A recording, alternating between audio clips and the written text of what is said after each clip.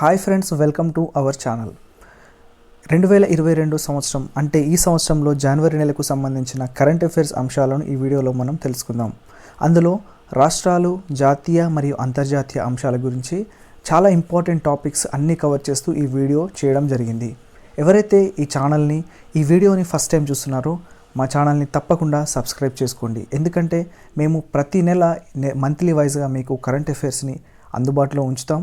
అలాగే ఇదివరకే మేము 2021కి సంబంధించిన మోస్ట్ ఇంపార్టెంట్ కరెంట్ అఫైర్స్కి సంబంధించిన వీడియోస్ని కూడా చేసి ప్లేలిస్ట్లో అందుబాటులో ఉంచాం.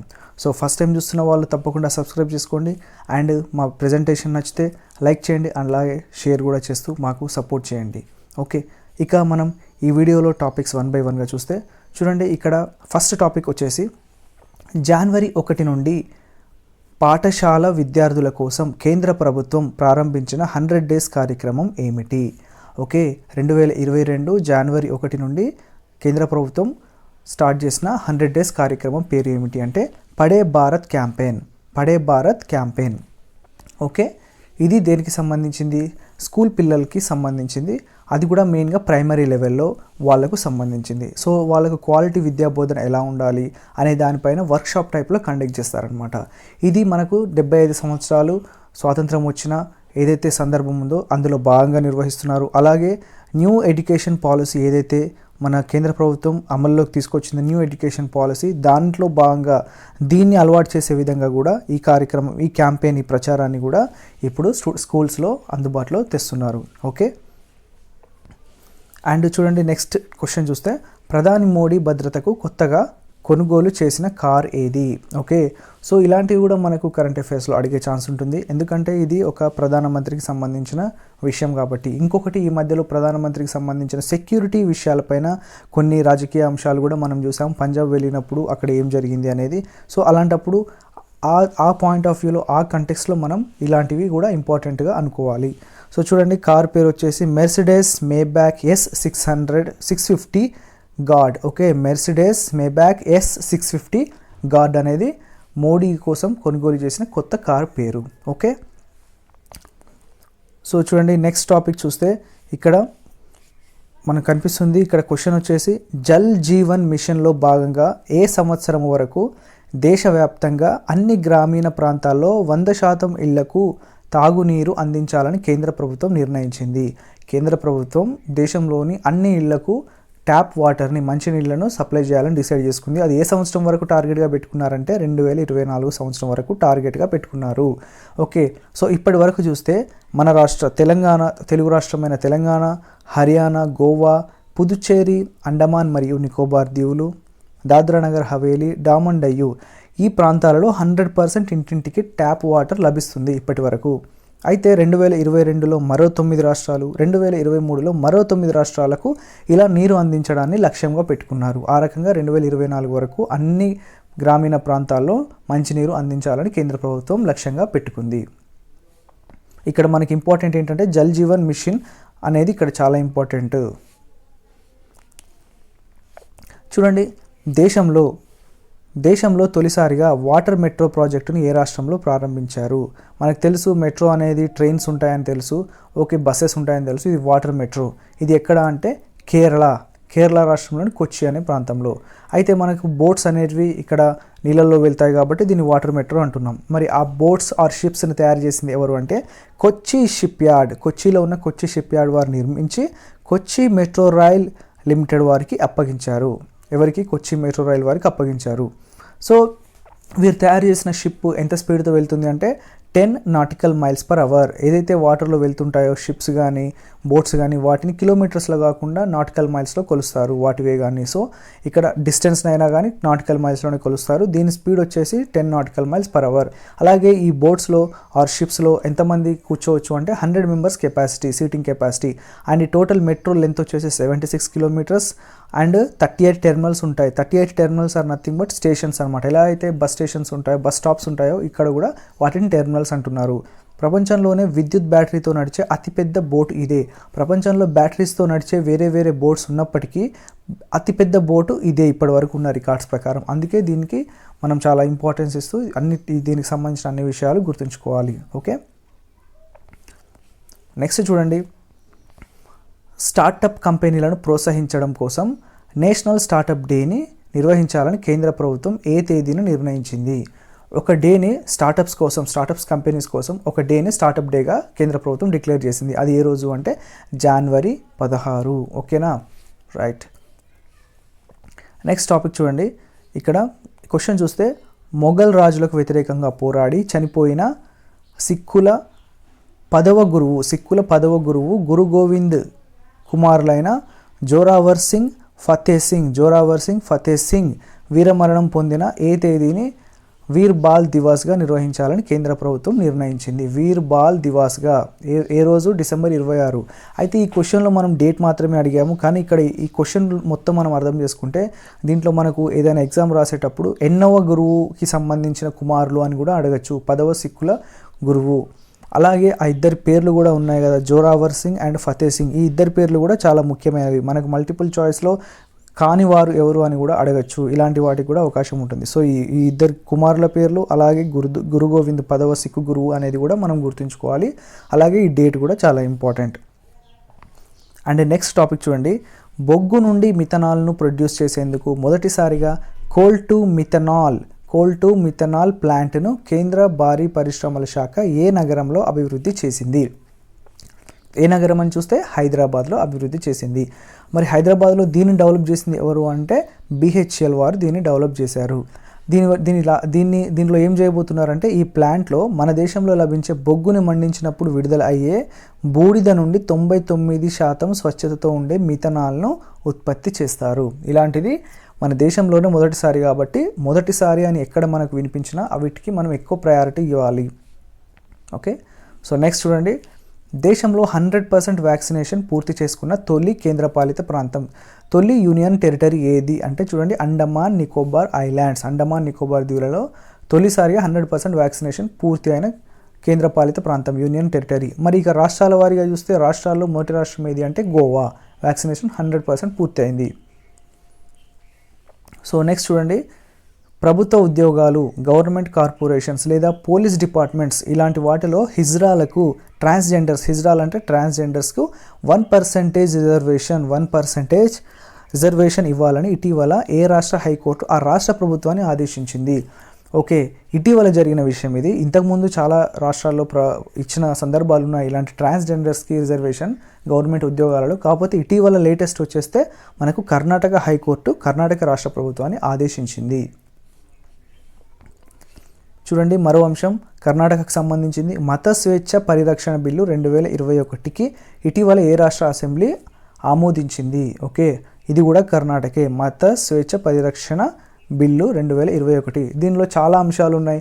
ఒక మతం వారు ఇంకో మతంకి ఇష్టం లేకుంటే ఎవరైనా బలవంతం చేత కన్వర్ట్ అవ్వకూడదని, అలాంటి వారికి శిక్షలు పడతాయని, దీంట్లో చాలా అంశాలు చాలా ఇంపార్టెంట్ వేరే చట్టంలో ఉన్నాయి. కాకపోతే మనం వాటన్నింటిలో మనకి ఎగ్జామ్ పాయింట్ ఆఫ్ వ్యూలో ఎక్కువగా అడగరు, కాకపోతే అడగడానికి ఛాన్స్ ఉండదు ఎందుకంటే ఇది మతానికి సంబంధించింది కాబట్టి. కాకపోతే ఏ రాష్ట్రం అనేది మాత్రం చాలా ఇంపార్టెంట్. సో సెన్సిటివ్ విషయం కాబట్టి మతం అంత డెప్త్గా వెళ్ళకపోవచ్చు, కానీ కర్ణాటకలో ఇలాంటి బిల్లు ఒకటి ఆమోదం పొందిందని గుర్తుంచుకోవాలి. ఇది కర్ణాటకే కాదు, ఇంతకుముందు మనకు మన దేశంలో చూసుకుంటే ఉత్తరప్రదేశ్లో కానీ, అలాగే గుజరాత్ అండ్ మధ్యప్రదేశ్లో కూడా ఇలాంటి చట్టం ఆల్రెడీ ఆ రాష్ట్ర ప్రభుత్వాలు చేయబడ్డాయి. చూడండి, ఇటీవల ఏ రాష్ట్ర అసెంబ్లీ మహిళలు మరియు చిన్నారులపై నేరాలకు పాల్పడిన వారిని కఠినంగా శిక్షించేలా శక్తి క్రిమినల్ చట్టాల సవరణ బిల్లుకు ఆమోదముద్ర వేసింది? శక్తి క్రిమినల్ చట్టాల సవరణ బిల్లు మహారాష్ట్ర దీనికి ఆమోదం వేసింది. అయితే ఇది దేని గురించి చెప్తుంది ఈ బిల్లు అంటే మహిళలపై జరిగే ఏవైనా నేరాలకు సంబంధించిన విచారణ 30 రోజుల్లోనే పూర్తి చేయాలి అండ్ శిక్షలు కూడా కఠినతరం చేస్తున్నారు ఈ చట్టం ద్వారా. అవసరమైతే ఎవరైనా మరీ మితిమీరిన నేరాలు చేస్తే ఉరిశిక్ష వేయడానికి కూడా దీంట్లో ఈ చట్టం ద్వారా అవకాశం ఇచ్చారు. ఇవన్నీ జనవరిలో జరిగిన మోస్ట్ ఇంపార్టెంట్ టాపిక్సే, అదొకటి గుర్తుంచుకోండి, కేవలం జనవరి నెలకు మాత్రమే. సో చూడండి నెక్స్ట్ క్వశ్చన్ చూడండి, భారతదేశ జీడిపి గ్రోత్ రేట్ 2021-22 సంవత్సరానికి ఎంతవరకు ఉండొచ్చు గ్రోత్ రేట్ అని దేశంలో కానీ అటు ప్రపంచంలో ఉన్న వేరే కొన్ని సంస్థలు అంచనా వేసి చెప్పాయి. అవి ఇక్కడ మనం చూద్దాం ఒకసారి. సో జాతీయ గణాంకాల కార్యాలయం National Statistical Office or organisation. వీళ్ళు ఏం చెప్తున్నారు, GDP growth rate in 2021-22 it may reach to 9.2%, 9.2% దాకా ఉండొచ్చు అని చెప్తున్నారు. అదే ఆర్బీఐ ఏం చెప్తుంది, జీడిపి గ్రోత్ రేట్ 9.5% అని చెప్తుంది. వరల్డ్ బ్యాంక్ ఏం చెప్తుంది, 8.3. చాలా చూడండి తగ్గింది. మన దేశంలో ఉన్న రెండు సంస్థలు 9.2, 9.5 చెప్తే వరల్డ్ బ్యాంక్ 8.3 చెప్పింది. ఇక యుఎన్ఓ ఐక్యరాజ్య సమితి యునైటెడ్ నేషన్ ఆర్గనైజేషన్ వాళ్ళైతే 6.5గానే చెప్పారు. వాళ్ళ రీజన్స్ వాళ్ళ క్యాలిక్యులేషన్స్ వేరుండొచ్చు. కానీ ఏదేమైనా కానీ మనకు ఈ ఆర్థిక సంవత్సరం చివరి వరకు what is real growth rate of GDP అనేది మనకు తెలుస్తుంది, మన ఆర్థిక శాఖ వారు చెప్తారు. సో నెక్స్ట్ చూడండి, డిఆర్డిఓకి చెందిన పరీక్షా కేంద్రం మరియు బ్రహ్మోస్ తయారీ కేంద్రాలకు రక్షణ శాఖ మంత్రి రాజ్నాథ్ సింగ్ డిసెంబర్ 26న ఎక్కడ శంకుస్థాపన చేశారు. ఫస్ట్ టైం మన ఇండియాలో బ్రహ్మోస్ క్షిపణులు తయారు చేసే మ్యానుఫ్యాక్చరింగ్ చేసే ఒక సెంటర్ని, ఒక ఇండస్ట్రియల్ కారిడార్ని మనకు ఇండియాలో ఒకదానికి శంకుస్థాపన చేశారు రాజ్నాథ్ సింగ్ గారు. అది ఎక్కడ ఉంది అంటే ఉత్తరప్రదేశ్లోని లక్నోలో. ఓకే, ఇది మోస్ట్ ఇంపార్టెంట్. ఇక్కడ నుండి మన దేశంలోనే బ్రహ్మోస్ క్షిపణులు తయారవుతాయి. ఇన్ని సంవత్సరాల నుండి మనం రష్యా నుండి దిగుమతి చేసుకుంటున్నాం. ఓకే, అయితే ఇది డైరెక్ట్గా మన ఒక్కవారే కాదు, మన వాళ్ళ కాకుండా రష్యా వాళ్ళ సహకారంతో ఇక్కడ ఇండస్ట్రీ అనేది ఏర్పాటు చేయడం జరిగింది. సో చూడండి, ఇందాకటి క్వశ్చన్కి కంటిన్యూస్ అయ్యేది, కంటిన్యూ క్వశ్చన్ అన్నట్టే. చూడండి, భారత్లో తయారు కాబోతున్న బ్రహ్మోస్ క్షిపణి ఎగుమతిలో భాగంగా తొలి ఆర్డర్ ఏ దేశం నుండి వచ్చింది. మనం ఇందాక చెప్పుకున్నాం కదా, మన దేశంలో మ్యానుఫ్యాక్చర్ చేయబోతున్నారు బ్రహ్మోస్ మిజైల్స్ని. మరి మన దేశం నుండి కొనుక్కోవడానికి ఒక దేశం ఫస్ట్ టైం ఆర్డర్ ఇచ్చింది. ఆ దేశం ఏది అంటే ఫిలిప్పైన్స్ దేశం. ఇది దాదాపు 2780 కోట్లకు సంబంధించిన ఒప్పందం. ఓకే, ఇది మోస్ట్ ఇంపార్టెంట్ మనకు కరెంట్ అఫైర్స్ పరంగానే కాకుండా మనకు డిఫెన్స్ సెక్టార్లో కూడా చాలా ఇంపార్టెంట్ ఈ బిట్. నెక్స్ట్ చూడండి, ప్రతి సంవత్సరం జనవరి 1న భారతదేశం ఏ దేశంతో పరస్పరంగా అణు కేంద్రాల జాబితాలను ఇచ్చిపుచ్చుకుంటుంది. ప్రతి సంవత్సరం జనవరి 1న ఏ దేశంతో అంటే చూడండి పాకిస్తాన్ తోటి. అంటే మన దేశంలో ఎన్ని అణు కేంద్రాలు ఉన్నాయి, అలాగే పాకిస్తాన్లో ఎన్ని అణు కేంద్రాలు ఉన్నాయి, రెండు దేశాల దౌత్య కార్యాలయాల్లో ఎక్స్చేంజ్ అనేది జరుగుతుంది, ఫైల్స్ అనేది ఎక్స్చేంజ్ చేసుకోవడం జరుగుతుంది. అయితే ఇది ఎందుకు, దీని వెనుక కారణం ఏంటి అనేది చూస్తే, అణు కేంద్రాలపై దాడులకు వ్యతిరేకంగా కుదిరిన attacks against nuclear installation and facilities అనే ఒక ఒప్పందం ప్రకారం ఈ వివరాలు అందజేసుకుంటారు రెండు దేశాలు. ఓకే, యుద్ధం ఏ రకంగా జరిగినా కానీ అణు కేంద్రాల మీద మాత్రం ఎట్టి పరిస్థితుల్లో దాడులు చేసుకోకూడదు. దాని ప్రభావం తీవ్రంగా ఉండి ప్రజా నష్టం, ఆస్తి నష్టం జరుగుతుంది, పర్యావరణానికి కూడా మంచిది కాదు. కాబట్టి ఈ రకమైన ఒప్పందం చేసుకున్నారు. సో అందులో భాగంగానే ప్రతి సంవత్సరం జనవరి 1న రెండు దేశాలు ఇచ్చిపుచ్చుకుంటాయి వారి అణు కేంద్రాల జాబితా అడ్రస్లు. ఓకే, అలాగే చూడండి, ఇక్కడ ఈ అగ్రిమెంట్ ఎప్పుడు చేయబడింది అంటే 1988లో డిసెంబర్ 31న ఈ ఒప్పందం కుదిరినప్పటికీ ఇది అమలులోకి came in to force on January 1, 1992 నుండి వీళ్ళిద్దరూ దీన్ని ఒప్పందం ప్రకారం ఒకరికొకరు ఎక్స్చేంజ్ చేసుకుంటున్నారు. అమల్లోకి వచ్చింది 1992, వీళ్ళు ఒప్పందం చేసుకుంది 1988. ఓకేనా, రైట్. నెక్స్ట్ చూడండి, UNESCO has announced that it will make details of Indian heritage sites available in which language of India country. So అంటే చూడండి, మన దేశంలో ఉన్న వారసత్వ కట్టడాలకు హెరిటేజ్ సైట్స్ ఏ ఉన్నాయో వాటికి సంబంధించిన వివరాలను యునెస్కో వెబ్సైట్లో భారతదేశానికి సంబంధించిన ఒక లాంగ్వేజ్లో అందుబాటులో ఉంచుతామని చెప్పేసి యునెస్కో ప్రకటించడం జరిగింది. అది ఏ భాష, మన దేశంలో చాలా భాషలు ఉన్నాయి కదా, అది ఏ భాష అంటే హిందీ భాష. హిందీ భాషలో అందుబాటులో ఉంటాయి అన్నమాట. అయితే ఎప్పుడు ఈ నిర్ణయం తీసుకుంది యునెస్కో అంటే జనవరి 10, 2022. జనవరి 10న ఎందుకంటే అది మనకు వరల్డ్ హిందీ డే అనేది ఆ రోజు ఉంది కాబట్టి స్పెషాలిటీ, ఆ రోజే ఈ నిర్ణయం తీసుకోవడం జరిగింది, ఆ రోజే యునెస్కో ప్రకటించింది. ఓకే, చూడండి, జనవరి 14, 2022న వర్చువల్గా సూర్య నమస్కార్ కార్యక్రమాన్ని కేంద్ర ప్రభుత్వం ఏ కార్యక్రమంలో భాగంగా నిర్వహించింది. జనవరి 14న సూర్య నమస్కార్ అనేది ఒక కార్యక్రమాన్ని తీసుకుంది కేంద్ర ప్రభుత్వం. దాన్ని ఆజాదీ కా అమృత్ మహోత్సవ్. అయితే ఈ ఆజాదీ కా అమృత్ మహోత్సవ్ అనేది ఎందుకు చేస్తున్నారంటే మనకు స్వాతంత్రం వచ్చి 75 సంవత్సరాలు అయింది కాబట్టి దానికి గుర్తుగా ఈ సంవత్సరం మొత్తం ఆజాదీ కా అమృత్ మహోత్సవ్ అంటే ఇండిపెండెన్స్ 75 ఇయర్స్ ఇండిపెండెన్స్ వచ్చిన సందర్భంగా 75 ఇయర్స్ అయింది కాబట్టి దానికి గుర్తుగా ఈ సంవత్సరం మొత్తం వారు ఉత్సవాలు జరుపుతున్నారు. అందులో భాగంగానే ఇక్కడ సూర్య నమస్కార్ కార్యక్రమాన్ని కూడా కేంద్ర ప్రభుత్వం స్టార్ట్ చేసింది. అయితే దీనిలో చూడండి 75 సంవత్సరాలు అయింది కాబట్టి స్వాతంత్రం వచ్చి ఇక్కడ 75 లక్షల మంది ఈ ప్రోగ్రాంలో ప్రపంచవ్యాప్తంగా పార్టిసిపేట్ చేశారు. ఓకే, నెక్స్ట్ చూడండి, ఫ్రీ ట్రేడ్ అగ్రిమెంట్లో భాగంగా భారతదేశం ఏ దేశం మధ్య జనవరి 13న చర్చలు ప్రారంభమయ్యాయి. ఇండియా మరొక దేశంతో ఫ్రీ ట్రేడ్ అగ్రిమెంట్లో భాగంగా చర్చలు స్టార్ట్ చేసింది. అది ఏ దేశం అంటే బ్రిటన్. అయితే ఇక్కడ క్వశ్చన్ చూడండి, చర్చలు ప్రారంభమయ్యాయి అని మాత్రమే చెప్పాము. అంటే ఈ చర్చలు మన దేశంలో ఈ ఇయర్ మొత్తం 2022 ఇయర్ మొత్తం ప్రతి 5 వారాలకు ఒకసారి దశల వారీగా ఈ ఇయర్ చివరి వరకు జరుగుతాయి. అప్పుడు ఈ ఒప్పందం మీద ఒక క్లారిటీ వస్తుంది ఈ రెండు దేశాల మధ్య ఫ్రీ ట్రేడింగ్ పైన. సో అయితే అసలు ఇది దేని పర్పస్లో ఈ రెండు దేశాలు ఈ చర్చలు జరుపుతున్నారు అంటే, సో మెయిన్ పర్పస్ వచ్చేసి 2030 సంవత్సరం నాటికి ఇప్పుడు ఉన్న ఏదైతే వాణిజ్యం ఉందో, ట్రేడ్ ఏదైతే ఉందో, వ్యాపారం, దాన్ని డబుల్ చేయాలి. సో డబుల్ చేయాలి అనేది వీళ్ళ యొక్క ముఖ్య ఉద్దేశం. అందుకోసం చర్చలు జరుపుతున్నారు. ఓకే, నెక్స్ట్ చూడండి, మనకి ఇక్కడ చూస్తే ఎన్నికలకు సంబంధించి ఇక్కడ ఒక చట్టాల సవరణ 2021లో జరిగింది. డిసెంబర్ నెలలో. దానికి సంబంధించిన కొన్ని ఇంపార్టెంట్ పాయింట్. అయితే ఎలాంటి చేంజెస్ చేశారు అనేది చూడండి.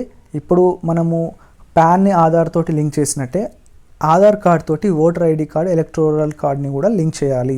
అది స్వచ్ఛందంగా, అంటే already ID card, voter ID ఉన్న వాళ్ళు ఆధార్ తోటి అవసరం అనుకుంటే లింక్ చేయొచ్చు, లేదంటే లేదు. అది వాలంటరీగా మాత్రమే. కానీ చూడండి, ఇక ముందు ఎవరైతే కొత్తగా ఎన్రోల్ చేసుకుంటారో ఓటర్గా, వాళ్ళని కనుక ఆ ఎలక్టోరల్ ఆఫీసర్స్, ఎలక్షన్ కమిషన్ వాళ్ళు కనుక ఆధార్ కార్డు అడిగినా, ఓటర్ కార్డు లింక్ చేయమన్నా తప్పకుండా చేయాలి. కానీ ఆల్రెడీ ఉన్న వాళ్ళు మాత్రం స్వచ్ఛందంగా చేయాలనుకుంటే చేయొచ్చు, లేదంటే లేదు. సో ఇందుకోసం మనకు ప్రజాప్రాతినిధ్య చట్టంలోనే మనకు ఎలక్షన్స్కి, ఎన్నికల విధానంకి సంబంధించిన పూర్తి వివరాలు ఉంటాయి. దాంట్లో సెక్షన్ 23కి సవరణ చేయబోతున్నారు ఈ విషయం పైన, ఈ లింకింగ్ సంబంధించిన అంశం పైన. ఇక తర్వాత అదే రకంగా ప్రజాప్రాతినిధ్య చట్టం 1950, 51 రెండు ఉన్నాయి. వాటిల్లో కూడా కొన్ని సెక్షన్లు సవరించాలి. ఎందుకంటే ఈ బిల్లులో చేయబోయే సవరణలకు అనుగుణంగా కొన్ని పాయింట్లు చేంజ్ చేయాలి. అయితే ఇప్పటి వరకు 18 సంవత్సరాలు పూర్తయిన వారు ఓటర్గా నమోదు చేసుకోవడానికి ఒక సంవత్సరంలో జనవరి 1 మాత్రమే అవకాశంగా ఉండేది. అంటే ఆ డేట్కి 18 సంవత్సరాలు పూర్తయిన వాళ్ళు మాత్రమే ఎన్రోల్ చేసుకోవాలి. కానీ ఇప్పుడు సంవత్సరానికి 4 డేట్స్ ఇవ్వబోతున్నారు. జనవరి 1తో పాటు ఏప్రిల్ 1, జూలై 1, అక్టోబర్ 1. అంటే ప్రతి 3 నెలలకు ఒకసారి సంవత్సరానికి 4 డేట్స్ ఉండబోతున్నాయి. ఇక సాయుధ బలగాలు, అంటే పారామిలిటరీస్, ఆర్మీలో కానీ, బీఎస్ఎఫ్ కానీ, ఇలాంటి వాటిల్లో వర్క్ చేస్తున్న ఇంతవరకు భర్తలు ఎవరైతే పురుషులు పనిచేస్తారో వారి భార్యలకు మాత్రమే సర్వీస్ ఓటర్గా ఇంతవరకు గుర్తింపు ఉండేది. అలా కాకుండా ఇప్పటి నుండి మహిళలు ఎవరైతే పనిచేస్తున్నారో వారి భర్తలను కూడా సర్వీస్ ఓటర్గా గుర్తిస్తారు. దీనికి సంబంధించిన సెక్షన్ 20 ప్రజాప్రాతినిధ్య చట్టంలోని సెక్షన్ 20లో భార్య స్థానం అనేది ఇంతవరకు భార్య అని మాత్రమే ఉండేది. దాని స్థానంలో భాగస్వామి లేదా లైఫ్ పార్ట్నర్ లేదా స్పౌస్ అనే పదాన్ని చేర్చనున్నారు. ఎన్నికల నిర్వహణకు ఏ ప్రాంగణాన్ని అయినా ఎన్నికల సంఘం టెంపరీగా స్వాధీనం కూడా చేసుకోవచ్చు ఎలక్షన్స్ జరిగే టైంలో. ఇలాంటి చాలా ముఖ్యమైన అంశాలు ఈ కొత్తగా చేయబోతున్న సవరణ బిల్లులో ఉన్నాయి. సో ఇది ఇప్పుడు పార్లమెంట్ పరిధిలో ఉంది. ఇది ఇంకా పూర్తి స్థాయిగా ఇంకా చట్టం మారలేదు. సో లోకల్లో మనకి ఎక్కడైతే 2 చోట్ల అసెంబ్లీ, రాజ్యసభ, లోక్సభలో ఈ బిల్లు ఓకే అయిన తర్వాత ఇవన్నీ ప్రజాప్రాతినిధ్య చట్టంలో మార్చబడుతుంది. ఓకే, దాంట్లోని కొన్ని ముఖ్య అంశాలు ఇవి. ఇక మనం నెక్స్ట్ టాపిక్ చూస్తే చూడండి, దీనికి ఎలక్షన్ కమిషన్స్కి లేకుంటే ఎలక్షన్స్కి సంబంధించిన రిలేటెడ్ విషయం ఇది. సో ఇక్కడ మనం చూస్తే లోక్సభ మరియు అసెంబ్లీలో ఎవరైతే ఎన్నికల్లో పోటీ చేస్తారో ఎంపీస్ అండ్ ఎమ్మెల్యేస్ వీళ్ళందరికీ ఎన్నికల టైంలో ప్రచారం కోసం ఖర్చు చేసుకునే ఆ డబ్బుల పరిమితిని పెంచడం జరిగింది. అది ఎంత అనేది మనం చూడాలి. బిగ్ స్టేట్స్, పెద్ద రాష్ట్రాల్లో అయితే ఇప్పటివరకు నియోజకవర్గాల్లో ఎంపీలకు 70 లక్షలు ఉంటే దాన్ని 95 లక్షలకు పెంచారు. అలాగే చిన్న రాష్ట్రాల్లో 54 లక్షలుగా ఉండేది ఒక నియోజకవర్గంలో ఎంపీలకు, దాన్ని 75 లక్షలుగా పెంచారు. ఇక ఎమ్మెల్యేస్ వస్తే, అంటే అసెంబ్లీలలో చూస్తే పెద్ద రాష్ట్రాల్లో 28 లక్షల నుండి 40 లక్షలకు, స్మాల్ స్టేట్స్లో 20 లక్షల నుండి 28 లక్షలకు పెంచారు. ఓకే, ఇది రాష్ట్రాల వరకే. ఇప్పుడు యూనియన్ టెరిటరీస్ వరకు చూస్తే చూడండి, యూనియన్ టెరిటరీస్లో మనకు ఢిల్లీ అండ్ జమ్మూ కాశ్మీర్లను పెద్ద రాష్ట్రాల సమానంగా హోదా ఇచ్చారు. దేంట్లో ఎంపీల విషయంలో ఏదైతే పెద్ద రాష్ట్రాలకు 95 లక్షలుగా వాళ్ళ ఖర్చులను పెంచారో అదేవిధంగా ఢిల్లీ జమ్మూ కాశ్మీర్లో కూడా 95 లక్షలకు పెంచడం జరిగింది.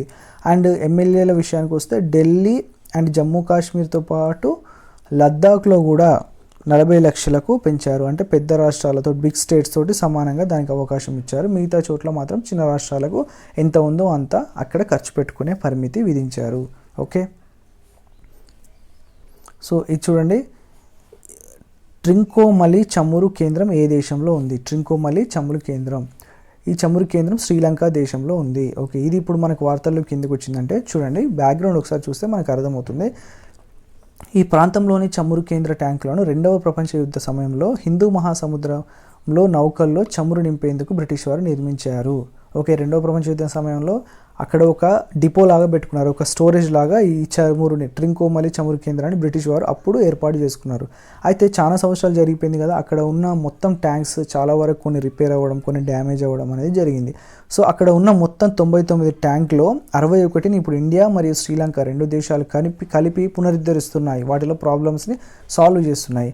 ఇంకా మిగిలిన ట్యాంక్స్ని శ్రీలంకకు సంబంధించిన Ceylon petroleum corporation and Lanka government వాళ్ళు అభివృద్ధి చేస్తున్నారు. సో ఇప్పుడు వాటిని రిపేరు అండ్ పునరుద్ధరించడంలో మన దేశానికి సంబంధించిన ఇండియన్ ఆయిల్ కార్పొరేషన్ వాళ్ళు దాంట్లో పాలుపంచుకుంటున్నారు. కాబట్టి మొత్తం అక్కడ ఏవైతే నిల్వ చేయబోతున్న మొత్తం చమురులో 49% వాటా భారత్కు దక్కనుంది. లంక ఐఓసి అంటే లంకలో ఉన్న ఇండియన్ ఆయిల్ కార్పొరేషన్కి 49% వాటా దక్కనుంది.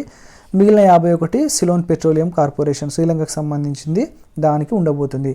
సో ఇది 50 సంవత్సరాల వరకు అమల్లో ఉండబోతుంది. అంటే ఇక నుండి మనకు శ్రీలంకలో ఉండబోయే ఈ ట్రింకోమలి చమురు కేంద్రంలో 49% వాటా ఉంటుంది. అందుకే ఇది వార్తల్లోకి వచ్చింది, మోస్ట్ ఇంపార్టెంట్ ఇలాంటి టాపిక్స్. ఓకే, సో నెక్స్ట్ చూడండి, గుడ్ గవర్నెన్స్ ఇండెక్స్ 2020-21. ఓకే, ప్రభుత్వ రంగాల్లో ఉత్తమ ప్రతిభ కనబరిచిన రాష్ట్రాలకు కేంద్ర ప్రభుత్వం ఈ ర్యాంక్స్లను ఇస్తుంటుంది. ఓకే, సో దీన్ని ఎవరిస్తారు? Union ministry of home affairs and minister of cooperation Amit Shah గారు ఈ ఇండెక్స్ని రిలీజ్ చేశారు. చూడండి, కొత్తగా ఇక్కడ ఒక మినిస్ట్రీ కనిపిస్తుంది మనకు, మినిస్ట్రీ ఆఫ్ కోఆపరేషన్, సహకార మంత్రిత్వ శాఖ. ఇది కొత్తగా మన దేశంలో ప్రవేశపెట్టిన మంత్రిత్వ శాఖ. ఇది మోస్ట్ ఇంపార్టెంట్. ఇది క్వశ్చన్ ఎలా అడుగుతారు మనకి ఎగ్జామ్లో అంటే, నూతనంగా ఏర్పాటు చేసిన మంత్రిత్వ శాఖ ఏది అని అడగచ్చు కేంద్ర ప్రభుత్వంలో, లేదా కొత్తగా ఏర్పాటు చేసిన సహకార మంత్రిత్వ శాఖకు మొట్టమొదటిసారిగా మంత్రిగా వ్యవహరిస్తున్న వారు ఎవరు అని అడగచ్చు. అతను ఎవరు అంటే అమిత్ షా, హోమ్ మినిస్టర్ కూడా అతనే. సో ఇది మనకు ఇక్కడ ఈ విధంగా గుర్తుంచుకోవాలి. అండ్ మనకు గుడ్ గవర్నెన్స్ డేని ఎప్పటి నుంచి జరుపుతున్నారు అంటే, వాజ్పేయి గారి బర్త్డే 2014 డిసెంబర్ 25 నుండి జరుపుతున్నారు. ఓకే, సో ఇక ఈ ఇండెక్స్లో ఉన్న ర్యాంక్స్ పరంగా చూస్తే మొత్తం 10 అంశాల్లో ఈ ర్యాంక్స్ ఇచ్చారు. 10 అంశాలు అంటే విద్య, వైద్యం, వ్యవసాయం, ఇండస్ట్రీస్, ఇలాంటి 10 అంశాలు ఉంటాయి. ఈ 10 అంశాలలో మొత్తం దేశంలో ఉన్న రాష్ట్రాలను 4 కేటగిరీస్గా డివైడ్ చేశారు. ఆ 4 categories other states A, other states B, north east and hill states and union territories. అంటే ఇక్కడ కొన్ని పెద్ద రాష్ట్రాలు వస్తాయి, ఇక్కడ చిన్న రాష్ట్రాలు వస్తాయి. అండ్ థర్డ్ కేటగిరీలో ఈశాన్య రాష్ట్రాలతో పాటు కొండ ప్రాంతం ఉన్న రాష్ట్రాలు అండ్ యూనియన్ టెరిటరీస్. ఇప్పుడు దీనికి కంటిన్యూషన్గా మనం చూస్తే ఓవరాల్గా ఈ ఇండెక్స్లో టాప్లో ఏ రాష్ట్రం ఉంది అంటే గుజరాత్ టాప్లో ఉంది, సెకండ్ వచ్చేసి మహారాష్ట్ర ఉంది. అండ్ ఇక తెలుగు రాష్ట్రాల విషయానికి వస్తే తెలంగాణ 9th ప్లేస్లో ఉంది, ఆంధ్రప్రదేశ్ 10th ప్లేస్లో ఉంది గుడ్ గవర్నెన్స్ ఇండెక్స్లో. ఓకే, సో మనకి ఎకానమీ పాయింట్ ఆఫ్ వ్యూలో ఇవి చాలా ఇంపార్టెంట్. ఇక తెలంగాణ ఓవరాల్గా నేను 10 కేటగిరీస్లో ఇచ్చారని చెప్పా కదా, 10 అంశాస్ 10 అంశాల్లో ఇక్కడ ఈ అవార్డ్స్ ఇచ్చారని చెప్పా కదా. దాంట్లో 2 అంశాల్లో తెలంగాణ ఫస్ట్ ప్లేస్లో నిలిచింది. అవి ఏవి అంటే వాణిజ్యం, పరిశ్రమలు, సాంఘిక సంక్షేమం మరియు అభివృద్ధి. ఓకే, ఈ 2 అంశాలు తెలంగాణ టాప్లో వచ్చింది. అండ్ ఆంధ్రప్రదేశ్ వచ్చేసి వ్యవసాయం, అనుబంధ రంగాలు, అగ్రికల్చర్కి సంబంధించిన సెక్టార్స్లో టాప్లో నిలిచింది. ఓవరాల్గా తీసుకుంటే గుజరాత్ అనేది మనకు టాప్లో ఉంది. ఓకేనా, నెక్స్ట్ చూడండి, ఇది కూడా మనకి ఇంటర్నేషనల్ అంశం కింద మనం తీసుకోవచ్చు. బంగ్లాదేశ్ అవతరణ స్వర్ణోత్సవాలు. బంగ్లాదేశ్ స్వర్ణోత్సవాలు అంటే 50 ఇయర్స్ సెలబ్రేషన్ని ఇండికేట్ చేస్తుంది స్వర్ణోత్సవాలు అంటే. సో మనకు 1971 ముందు వరకు పాకిస్తాన్ అనేది పాకిస్తాన్లో భాగంగానే ప్రస్తుతం ఉన్న బంగ్లాదేశ్ ఉండేది. అప్పుడు దాన్ని ఈస్ట్ పాకిస్తాన్ అని అనేవారు. అయితే 1971లో స్వతంత్రం కావాలని చెప్పి ఈస్ట్ పాకిస్తాన్ అంటే ప్రస్తుత బంగ్లాదేశ్లో ఉన్న ప్రజలందరూ నిరసనలు, ఉద్యమం మొదలు చేశారు. అయితే దాన్ని అణగదొక్కడానికి పాకిస్తాన్ ఎంతో ప్రయత్నం చేసింది. అదే సమయంలో మన భారత సైన్యం, భారత ప్రభుత్వం తరపున మన వాళ్ళు ఎవరైతే స్వాతంత్ర పోరాటం చేస్తున్నారో బంగ్లాదేశ్లో వారికి మద్దతుగా నిలిచి పాకిస్తాన్ సైన్యాన్ని ఓడించింది. దాన్నే మనం విజయ్ దివస్గా పిలుస్తాము, విజయానికి గుర్తుగా. ఆ తర్వాత బంగ్లాదేశ్ అనే దేశం కొత్తగా ఏర్పడింది స్వతంత్రంగా. ఇక 2021 16 నాటికి 50 సంవత్సరాలు పూర్తయింది కాబట్టి వాళ్ళు దాన్ని వజ్రోత్సవాలుగా సెలబ్రేట్ చేసుకున్నారు. దానికి వన్ ఆఫ్ ద గెస్ట్గా, గౌరవ అతిథిగా మన రాష్ట్రపతి రామ్నాథ్ కోవింద్ గారు అటెండ్ అయ్యి ఆ తర్వాతి రోజు అక్కడే ఉండి డిసెంబర్ 17న అప్పుడు స్వాతంత్రం కోసం బంగ్లాదేశ్లో జరిగిన ఆ కాలంలో ఏదైతే ఒక టెంపుల్ అక్కడ కొన్ని కూల్చివేయబడిందో, అంటే పూర్తిగా కాదు పాక్షికంగా నిర్మాణం దెబ్బతిందో, ఆ టెంపుల్ పేరే శ్రీరమ్మ కాళీ మందిరం. ఆ మందిరాన్ని పునర్నిర్మించారనమాట. దానిని మన రాష్ట్రపతి రామ్నాథ్ కోవింద్ గారు అక్కడ ప్రారంభించారు. ఇది దీనికి సంబంధించిన ముఖ్యాంశాలు. ఇది చాలా ఇంపార్టెంట్ మనకు ఇంటర్నేషనల్ ఇష్యూస్లో. అలాగే ఇప్పుడు మనకు ప్రస్తుతం బంగ్లాదేశ్కి ప్రెసిడెంట్ ఎవరు అంటే అబ్దుల్ హమీద్. ఇలాంటివి కూడా అడుగుతారు మనకు, ఇలాంటి బంగ్లాదేశ్కి సంబంధించిన అంశం కాబట్టి ఇది గుర్తుంచుకోవాలి. అండ్ బంగ్లాదేశ్ పిఎం ఎవరు అనేది మనకు దాదాపు తెలుసు, షేక్ హసీనా గారు బంగ్లాదేశ్కి ప్రస్తుతం ప్రధానమంత్రి. ఓకే, నెక్స్ట్ టాపిక్ చూడండి.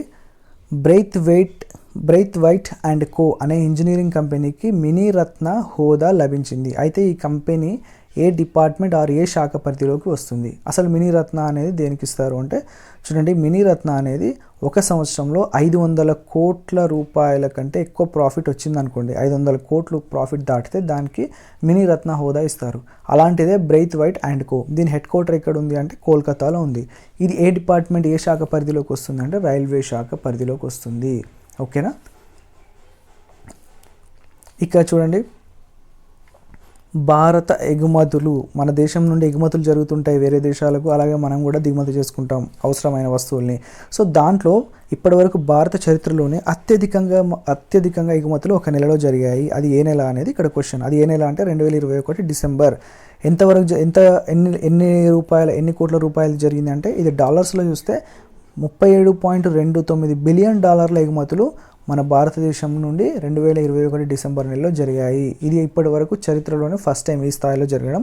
సో ఈ స్థాయిలో మనకి ఇక్కడ ఎగుమతులు జరిగితే ఈ ఆర్థిక సంవత్సరం ముగిసే వరకు $400 బిలియన్ ఎగుమతులు చేరుతాయని కూడా అంచనా వేస్తున్నారు. ఇది ఫస్ట్ టైం కాబట్టి ఇండియన్ హిస్టరీలో ఎక్స్పోర్ట్స్లో ఇది చాలా ఇంపార్టెంట్. ఎకానమీ పాయింట్ ఆఫ్ వ్యూలో ఇలాంటివి మనకు చాలా ఇంపార్టెంట్. ఎన్ని కోట్లు, ఎన్ని బిలియన్ డాలర్స్ అనేది కూడా most important economy point of వ్యూలో. ఇక చూడండి, యూనివర్సల్ వ్యాక్సిన్గా భారత్కు చెందిన ఏ వ్యాక్సిన్ కంపెనీకి గుర్తింపు దక్కింది? భారత్ బయోటెక్. ఇది ఎక్కడుంది? హైదరాబాద్లో ఉంది. వాళ్ళు డెవలప్ చేసిన వ్యాక్సిన్ పేరు కోవాక్సిన్. ఎందుకు దీనికి ఆ గుర్తింపు దక్కిందంటే చిన్నపిల్లలకు కూడా ఇప్పుడు ఈ వ్యాక్సినే ఇస్తున్నారు. బిలో 14 to 18 ఇయర్స్ పిల్లలకు కూడా ఇదే ఇస్తున్నారు కాబట్టి యూనివర్సల్ అంటే ఆల్ కేటగిరీస్కి కూడా వేయడానికి దీనికి అలాంటి ఉంది కాబట్టి దాన్ని యూనివర్సల్ వ్యాక్సిన్గా దీనికి గుర్తింపు దక్కింది. ప్రపంచంలో 3 లక్షల కోట్ల డాలర్లు అంటే 3 లక్షల కోట్ల డాలర్లు అంటే సుమారు మన ఇండియన్ కరెన్సీలో 225 లక్షల కోట్లు అంత మార్కెట్ విలువ సాధించిన తొలి కంపెనీ ఏది ప్రపంచంలోనే అంటే యాపిల్. ఈ యాపిల్ కంపెనీ 3 లక్షల కోట్ల డాలర్లకు రీచ్ అయింది. ఫస్ట్ కంపెనీ అనమాట ప్రపంచంలో. సో చాలా దేశాల జీడిపి కంటే కూడా ఇది ఎక్కువ, అందుకే ఇది ఫస్ట్ టైం కాబట్టి చాలా ఇంపార్టెంట్ ఇది. చూడండి, నెక్స్ట్ క్వశ్చన్. దేశంలో మొదటి ETF మ్యూచువల్ ఫండ్ పథకాన్ని ప్రారంభించిన కంపెనీ ఆర్ బ్యాంక్ ఏది అంటే ICICI Prudential asset management company. Okay, ICICI bank ఈ రకంగా మనకు వార్తల్లో వచ్చింది. ఎందుకు అంటే మొట్టమొదటిసారిగా ETF మ్యూచువల్ ఫండ్ పథకాన్ని ప్రారంభించిన కంపెనీ మన దేశంలో ఫస్ట్ టైం. సో అందుకు మనం ఇక్కడ ICICI అనే దాన్ని గుర్తుంచుకోవాలి. సో చూడండి, ఇటీవల విడుదలైన ప్రపంచంలో శక్తివంతమైన పాస్పోర్ట్ జాబితాలో మొదటి స్థానంలో నిలిచిన దేశం ఏది? చూస్తే జపాన్ అండ్ సింగపూర్ మొదటి స్థానంలో ఉన్నాయి శక్తివంతమైన పాస్పోర్ట్ జాబితాలో. ఈ జాబితాలో ఇండియా ర్యాంక్ ఎంత ఉంది అంటే 83 అండ్ అట్టడుగున ఏది ఉందంటే ఆఫ్ఘనిస్తాన్. ఓకే, ఎందుకంటే ఆఫ్ఘనిస్తాన్కి ఎవరు వెళ్ళడానికి పెద్దగా ఇంట్రెస్ట్ చూపారు అండ్ అక్కడ ఇప్పుడు ప్రజాస్వామ్యం పూర్తిగా పోయింది. ఆఫ్ఘనిస్తాన్లో ఇప్పుడు తాలిబాన్ల రాజ్యం వచ్చింది కాబట్టి న్యాచురల్గానే అట్టడుగు స్థానానికి వెళ్ళిపోయింది. ఇటీవల విడుదల చేసిన state of foundation literacy and numeracy నివేదికలో న్యూమరరీ అండి ఇది న్యూమరరీ నివేదికలో మొదటి స్థానంలో నిలిచిన రాష్ట్రం ఏది? సో ఇది లిటరసీ అండ్ న్యూమరరీ అంటున్నారంటే ఇది మనకు అర్థమవుతుంది, ఇది ఎడ్యుకేషన్కి సంబంధించింది. సో ఇది ఎవరి ఎడ్యుకేషన్? ఓవరాల్గా అడల్ట్స్ గురించి కాదు, చిల్డ్రన్స్ ఎడ్యుకేషన్ గురించి. అంటే చిల్డ్రన్స్ అంటే ఇక్కడ ఎవరు మళ్ళీ బిలో మనకు స్కూల్కి అప్పుడే జాయిన్ అయి ఉన్నవారు, ఎవరైతే లోవర్ క్లాసెస్ ఉంటారో ఎల్కేజీ యూకేజీ ఇలాంటి వారు, అండ్ అలాగే లోవర్ ప్రైమరీ క్లాసెస్ లోపల ఉంటారో ఆ పిల్లల్లో ఏ రాష్ట్రంలో విద్యా వ్యవస్థ బాగుంది అనే దానికి సంబంధించిందే ఈ ఇండెక్స్. దీంట్లో మొదటి స్థానంలో కేరళ ఉంది, రెండవ స్థానంలో వెస్ట్ బెంగాల్ ఉంది. ఎప్పుడు ఇలాంటి లిటరసీ రేట్లో కేరళ అనేది ఎప్పుడు మనకు ప్రథమ స్థానంలో కనిపిస్తుంది, అండ్ వెస్ట్ బెంగాల్ ఇక్కడ సెకండ్ స్థానంలో వచ్చింది. ఇది ఓవరాల్ కేటగిరీ. అలా కాకుండా మనం నార్త్ ఈస్ట్ స్టేట్స్, ఓన్లీ ఈశాన్య రాష్ట్రాలు చూస్తే అక్కడ మిజోరాం టాప్లో ఉంది, అండ్ యూనియన్ టెరిటరీస్లో లక్షద్వీప్ టాప్లో ఉంది. ఓకే, ఇక ఈ రిపోర్ట్ను చెప్పా కదా, primary education and foundation literary లాంటి అంశాలను బేస్ లెవెల్లోనే పరిగణలోకి తీసుకున్నారు. సో దీన్ని మనకు విడుదల చేసింది, దీన్ని సర్వే చేసింది ఎవరు అంటే foundation literary and prime minister economic advisory. Okay, వీళ్ళు దీన్ని విడుదల చేశారు. ఇక చూడండి, జనరల్ బిపిన్ రావత్ మృతికి కారణమైన MI-17V5 హెలికాప్టర్లో ప్రమాద దర్యాప్తు కోసం ఎవరి నేతృత్వంలో ఒక కమిటీని ఏర్పాటు చేయడం జరిగింది? మనకి తెలుసు, ఇది నేను ప్రత్యేకంగా చెప్పాల్సిన అవసరం లేదు. బిపిన్ రావత్ గారు చనిపోయిన దానిపైన దర్యాప్తు ఎవరు చేశారు, ఆ కమిటీకి ఎవరు హెడ్ అంటే ఎయిర్ మార్షల్ మానవేంద్ర సింగ్. ఇది చాలా important. Air marshal Manavendra Singh గారు ఆ కమిటీకి హెడ్గా ఉన్నారు. ఇతను present Indian air force training సెంటర్కి చీఫ్గా పనిచేస్తున్నారు. ఎక్కడ ఈ ట్రైనింగ్ సెంటర్ ఉంది అంటే బెంగళూరులో ఉన్న ఈ ట్రైనింగ్ సెంటర్కి, ఇండియన్ ఎయిర్ ఫోర్స్ ట్రైనింగ్ సెంటర్కి చీఫ్గా పనిచేస్తున్నారు. చూడండి, 2021 డిసెంబర్ 31 నాటికి దేశంలో అత్యధిక నిరుద్యోగ రేటు అన్ఎంప్లాయ్మెంట్ ఏ రాష్ట్రంలో ఉంది అనేది ఇక్కడ మనకు క్వశ్చన్. అత్యధికంగా హర్యానా రాష్ట్రంలో ఉంది. సో ఆ తర్వాత రాజస్థాన్ అండ్ జార్ఖండ్ రాష్ట్రాల్లో అత్యధికంగా నిరుద్యోగం అనేది ఉంది. ఓకే, ఇక యావరేజ్గా దేశంలో ఉన్న నిరుద్యోగ రేటు ఎంత ఉంది అంటే 7.91 average unemployment in India. Okay, 7.91. అయితే దీన్ని సర్వే చేసి దీన్ని రిలీజ్ చేశారు అంటే centre for monitoring Indian economy. So ఇది కూడా ఎకానమీ పాయింట్ ఆఫ్ వ్యూలో చాలా ఇంపార్టెంట్. 2021 డిసెంబర్ నాటికి ఇంత నిరుద్యోగిత ఉంది, అత్యధికంగా హర్యానాలో ఉంది. చూడండి, అటల్ ఇన్నోవేషన్ ర్యాంకింగ్స్ 2021లో టాప్లో ఉన్న విద్యాసంస్థ ఏది? అటల్ ఇన్నోవేషన్ ర్యాంకింగ్స్లో టాప్లో ఏది ఉంది అంటే ఐఐటి మద్రాస్ బెస్ట్ ఇన్స్టిట్యూట్గా అటల్ ఇన్నోవేషన్ ర్యాంకింగ్లో టాప్లో ఉంది ఇండియాలో. సెకండ్ బొంబాయి ఉంది. సో ఇక మన హైదరాబాద్ నుండి ఏవైనా ఇన్స్టిట్యూట్స్ ఉన్నాయంటే ఐఐటి హైదరాబాద్ ఉంది కదా, ఇది 7th ప్లేస్లో ఉంది. టాప్లో అయితే మద్రాస్ ఉంది అటల్ ఇన్నోవేషన్లో. అండ్ దేశంలో తొలి విమానాశ్రయాల కంపెనీ, ఇది వినడానికి కొత్తగా ఉంది కాకపోతే ఇది మోస్ట్ ఇంపార్టెంట్. తొలి విమానాశ్రయాల కంపెనీ అంటున్నారు జిఎంఆర్ ఇన్ఫ్రా లిమిటెడ్.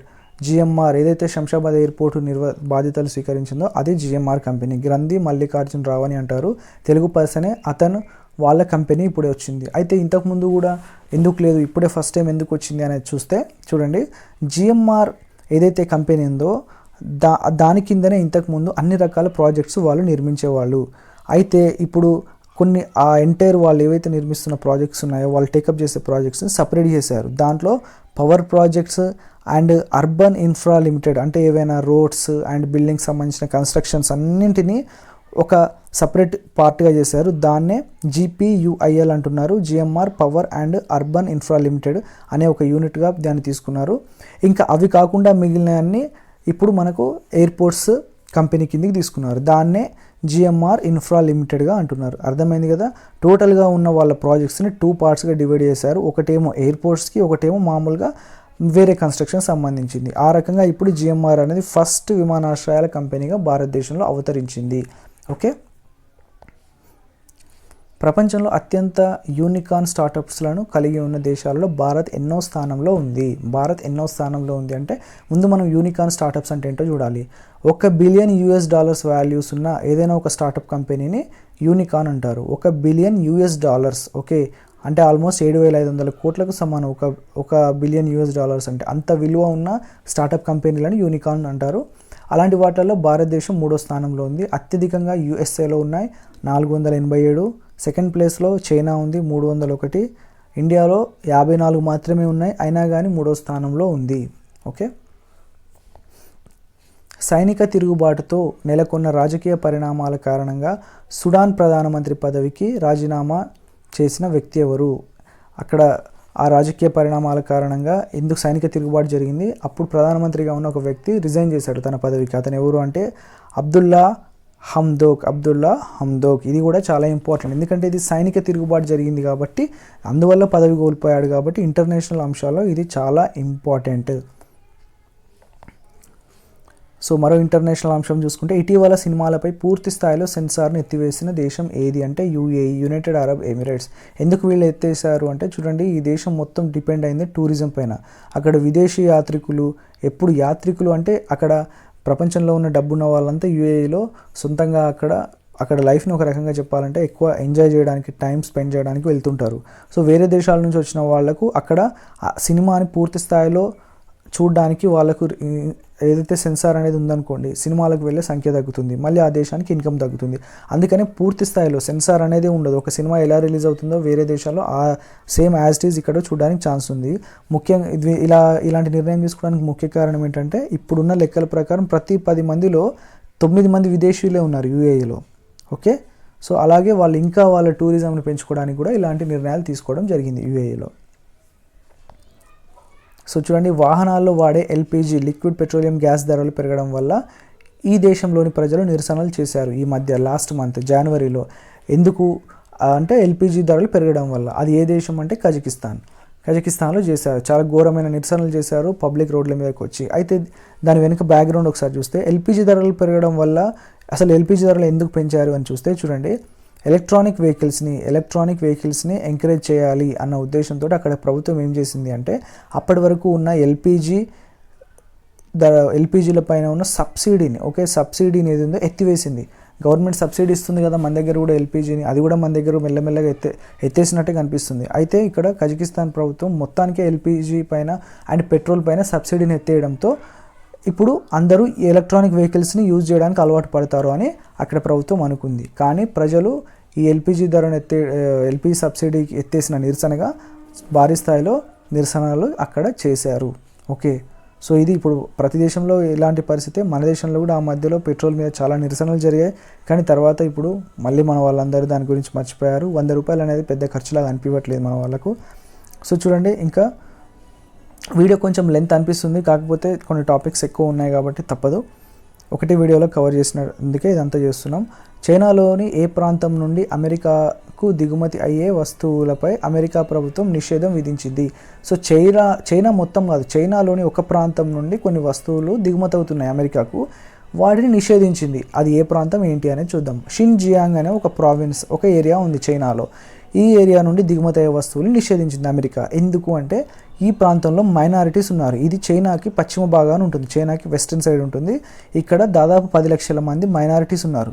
అయితే వాళ్ళపైన హ్యూమన్ రైట్స్, అసలు వాళ్ళకి హ్యూమన్ రైట్స్ లేకుండా చాలా బలవంతంగా వాళ్ళని ఒక స్లేవ్స్ లాగా చూసుకుంటూ బలవంతంగా వాళ్ళతో పని చేపిస్తూ అక్కడ ఆ ఏరియాలో కొన్ని ప్రొడక్ట్స్ని ప్రొడ్యూస్ చేపిస్తున్నారు.